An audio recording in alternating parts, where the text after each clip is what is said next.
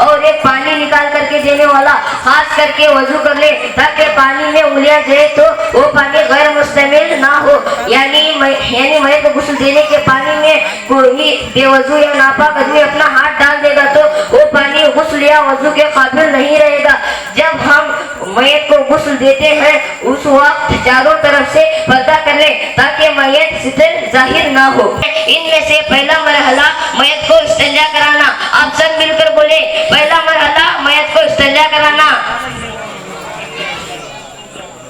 फिर दूसरा मरहला मैयत को वजू कराना।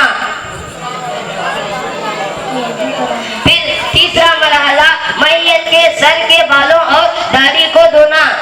आप सब मिलकर बोलिए, तीसरा मरहला मैयत के सर और दाढ़ी के बालों को धोना। फिर चौथा मरहला मैयत के सीधी करवट धोना। आप सब मिलकर बोले, चौथा मरहला मैयत की सीधी करवट धोना। फिर मैयत के उल्टी करवट धोना। फिर छठा मरहला मैयत को दोबारा इस्तिंजा कराएं। आप सब मिलकर बोले, छठवां मरहला मैयत को दोबारा इस्तिंजा कराएं। फिर सातवां आखिरी मरहला मैयत के पूरे जिस्म पर काफूर का पानी बहाएं। सामने मैं और मेरे साथी प्रैक्टिकली मैयत को गुस्ल देने का तरीका बताएंगे। फवार देखें और खुद मैयत को गुस्ल देने की कोशिश करें। मैयत को इस तरह से तख्ती पर चित लेटा दें, फिर अपने हाथों को दस्तानों से बांध दें।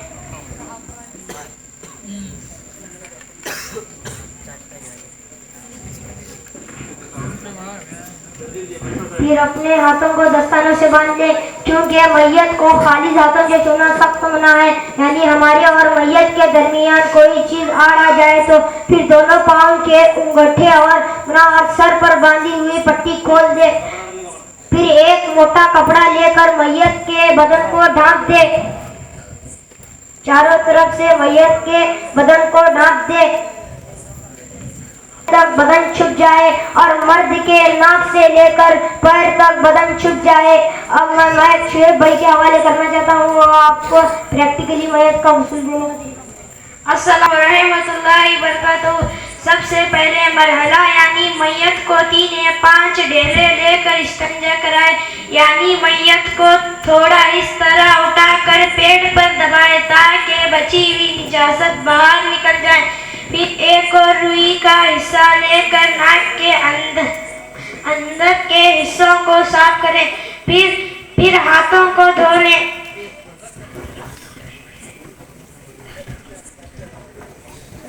फिर एक और रुई का हिस्सा दांतों को साफ करें।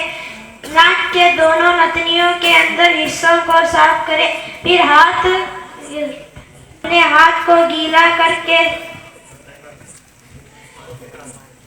सीधा हाथ मनकर तक धो ले। फिर बायां हाथ मनकर तक धो ले। टखनों समेत धोए। दाहिना पाँव टखनों समेत धोए। फिर बायां पाँव टखनों समेत धोए। या दूसरा मरहला यानी मैयत को वजू कराना होगा।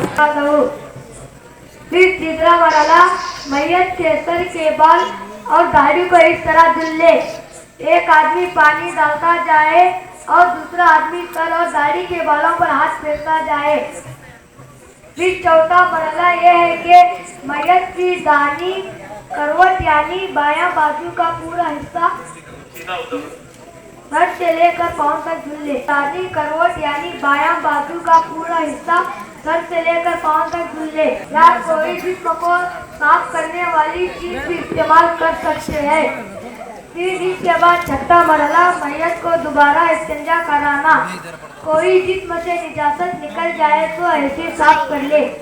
फिर सर से लेकर पाँव तक 3 मरतबा पूरे बदन पर पानी बहाए।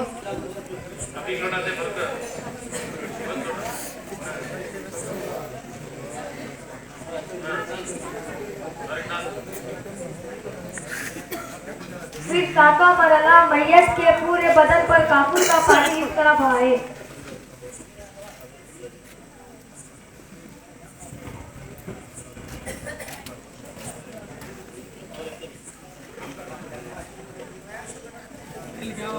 मैयत को सूखे कपड़े से सुखा ले,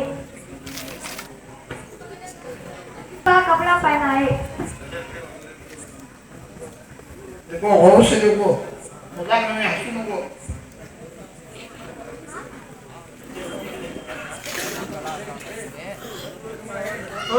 हाजिरीन और नाजरीन, एक गुस्ल मैयत का तरीका जो महमूद खादी अरबी मदरसे के हम सब तलबा ने आपके सामने पेश किया।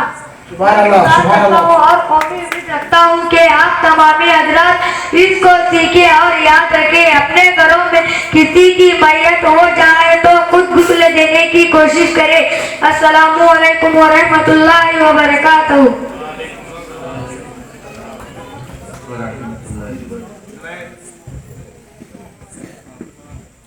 कि अल्लाह तबारक व तआला हम सबको इल्म सीखने और सिखाने और उस पर अमल करने की तौफीक अता फरमा। आमीन।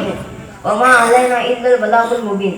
शुक्रिया। अस्सलाम वालेकुम। नाराए तकबीर, नाराए रिसालत, या रसूल अल्लाह, नाराए रिसालत, या रसूल अल्लाह। जश्न ईद मिलादुन नबी, मदरसा महमूदिया खादरिया अरबी मदरसा जिंदाबाद, महमूदिया खादरिया अरबी मदरसा जिंदाबाद। देखो ये जो बच्चे अब जो गुस्ल का तरीका बताए ये जरूरी है, आसान मजाक नहीं। ऐसा कि हर घर में जनाजा जो होता है वो अपने घर वाले से करा कर बोलता है।